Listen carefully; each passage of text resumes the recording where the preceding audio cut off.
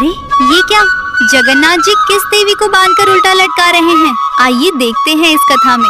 श्री मंदिर में आज एकादशी के दिन भात बन रहा है। हाँ, भात बन रहा है, दाल बन रही है, अनेकों प्रकार के व्यंजन और तरकारियाँ बन रही हैं। अरे इस कलयुग में जहाँ एकादशी के दिन भात खाना तो दूर की बात, उसका विचार करना भी महापाप माना जाता है। वहाँ श्री क्षेत्रपुरी के जगन्नाथ मंदिर में आज उत्सव का माहौल है। भक्तगण आनंद बाजार में बैठकर तृप्त होकर महाप्रसाद पा रहे हैं। आखिर ऐसा क्यों? क्यों यहाँ एकादशी माता का चाबुक नहीं चलता? बात उस समय की है जब सतयुग का सवेरा था। भगवान विष्णु के श्री अंग से एक परम तेजस्वी शक्ति उत्पन्न हुई, जिनका नाम था एकादशी देवी। उनका जन्म ही इसलिए हुआ था कि वे संसार से पाप का नाश कर सके। ठाकुर जी ने उन्हें निहारते हुए एक विशेष वरदान दिया। बोले, देवी, महीने में 2 दिन तुम्हारा राज चलेगा। जो भी मनुष्य उस तिथि पर अन्न, विशेषकर चावल पाएगा, उसके सारे संचित पाप उस अन्न में समा जाएंगे, और जो तुम्हारी शरण में रहकर व्रत करेगा, उसे साक्षात मेरा धाम प्राप्त होगा। एकादशी माता जो थी, उन्हें अपनी इस शक्ति पर बड़ा गर्व हो गया।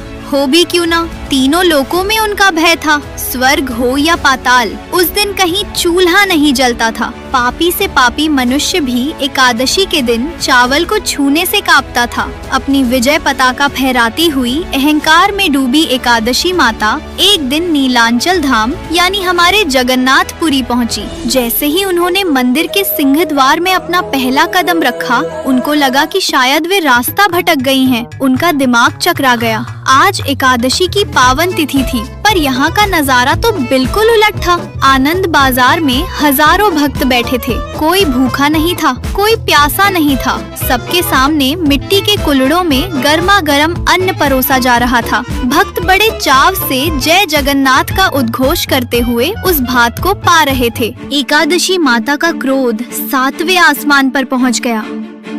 वे व्याकुल हो उठी। सोचने लगी, ये मेरा अपमान है। मेरे ही दिन यहाँ चावल? क्या जगन्नाथ जी मेरा नियम भूल गए? क्या उन्हें मेरी शक्ति का भान नहीं? क्रोध में जलती हुई वे सीधे मंदिर के गर्भगृह में घुस गईं। सामने रत्न सिंहासन पर ठाकुर जी अपने बड़े भाई बलभद्र और लाडली बहन सुभद्रा के साथ मंद मंद मुस्कुरा रहे थे। एकादशी माता ललकार कर बोली, प्रभु, ये क्या अनर्थ हो रहा है? आपने ही तो मुझे वरदान दिया था कि एकादशी को चावल में पाप पुरुष का वास होगा। तो आज आपके इस धाम में ये पाप की गंगा क्यों बह रही है? रोकिए इन भक्तों को, वरना मेरा श्राप सबको भस्म कर देगा। ठाकुर जी ने बड़े प्रेम से देखा और शांत स्वर में बोले, देवी, शांत हो जाओ। तुम देख रही हो, वो साधारण चावल नहीं है, वो कैवल्य है। वो मेरा महाप्रसाद है। ये साक्षात मेरी जूठन है, और मेरी जूठन में कभी कोई पाप निवास नहीं कर सकता। इसके सामने कोई तिथि, कोई नक्षत्र, कोई नियम बड़ा नहीं है। परंतु एकादशी माता का अहंकार जो था, वो बहुत बड़ा हो चुका था। उनको लगा कि भगवान केवल अपने भक्तों का पक्ष ले रहे हैं। वे जिद पर अड़ गईं। बोली, नहीं प्रभु, नियम तो नियम होता है। अगर सारी दुनिया चावल नहीं पा रही, तो पुरी में भी कोई नहीं पाएगा। मैं अभी जाकर उन भक्तों के पत्तलों से वो अन्न छीन लूंगी। जैसे ही एकादशी माता पलटी और उन्होंने महाप्रसाद को रोकने के लिए अपना हाथ उठाया, तभी अचानक मंदिर का पूरा वातावरण बदल गया। ठाकुर जी की वो प्यारी सी मुस्कान ओझल हो गई। उनकी बड़ी बड़ी गोल आँखों में वो तेज आ गया जो प्रलय ला सकता है, क्योंकि ठाकुर जी सब कुछ सह सकते हैं। अपना अपमान सह सकते हैं, लेकिन अपने भक्त और अपने प्रसाद का अपमान उनसे सहन नहीं होता। ठाकुर जी की एक हुंकार गूंजी, जिसने पूरे नीलशैल पर्वत को हिला दिया। वे कड़क आवाज में बोले, रुको देवी, तुमने मेरे महाप्रसाद को पाप कहने का दुस्साहस कैसे किया? क्या तुम भूल गई हो कि ये महाप्रसाद साक्षात ब्रह्म है? इसके सामने वेद, पुराण और स्वयं तुम जैसी शक्तियां भी छोटी पड़ जाती हैं। पर प्रभु, नियम तो आपका ही बनाया हुआ है। अगर आज भक्त चावल पाएंगे तो मेरा व्रत खंडित हो जाएगा। मेरा मान कहाँ रहेगा? सुनो एकादशी, मंदिर की इस चौखट के बाहर पूरी दुनिया में तुम्हारा ही राज चलेगा। वहाँ जो भी अन्न पाएगा, उसे निश्चित ही पाप लगेगा। लेकिन ये श्री क्षेत्र है, ये मेरी पुरी है। यहाँ केवल एक ही नियम चलता है, प्रेम का नियम। यहाँ मेरे हाथ से निकला हुआ एक एक दाना अमृत है। यहाँ तुम्हारा कोई बस नहीं चलेगा। लेकिन एकादशी माता फिर भी नहीं मानी। वे बोली, मैं ये अन्याय नहीं होने दूंगी। मैं इसी सिंह द्वार पर खड़ी रहूंगी और जो भी भक्त यहाँ महाप्रसाद पाएगा, मैं उसके सारे पुण्य छीन लूंगी। अब ठाकुर जी का धैर्य समाप्त हो चुका था। उन्होंने अपनी योग माया का आह्वान किया। बोले, तुम्हें अपनी शक्ति पर बहुत अभिमान है ना? तो आज से तुम्हारी ये शक्ति इस मंदिर की 4 दीवारी के भीतर शून्य हो जाएगी। अगले ही पल एक चमत्कार हुआ। अदृश्य दिव्य जंजीरों ने एकादशी माता को जकड़ लिया। ठाकुर जी के आदेश पर उन्हें मंदिर के ईशान कोण में ले जाया गया और वहां उन्हें उल्टा लटकाकर बांध दिया गया। ठाकुर जी ने श्राप दिया, अब तुम यही बंदी बनकर रहोगी। तुम्हारी आंखों के सामने साल के 365 दिन, यहाँ तक कि एकादशी के दिन भी मेरे भक्त पेट भरकर महाप्रसाद पाएंगे। तुम सब देखोगी पर किसी को रोक नहीं पाओगी। यहाँ मेरी आज्ञा के बिना तुम पत्ता भी नहीं हिला सकोगी। एकादशी माता छटपटाने लगी।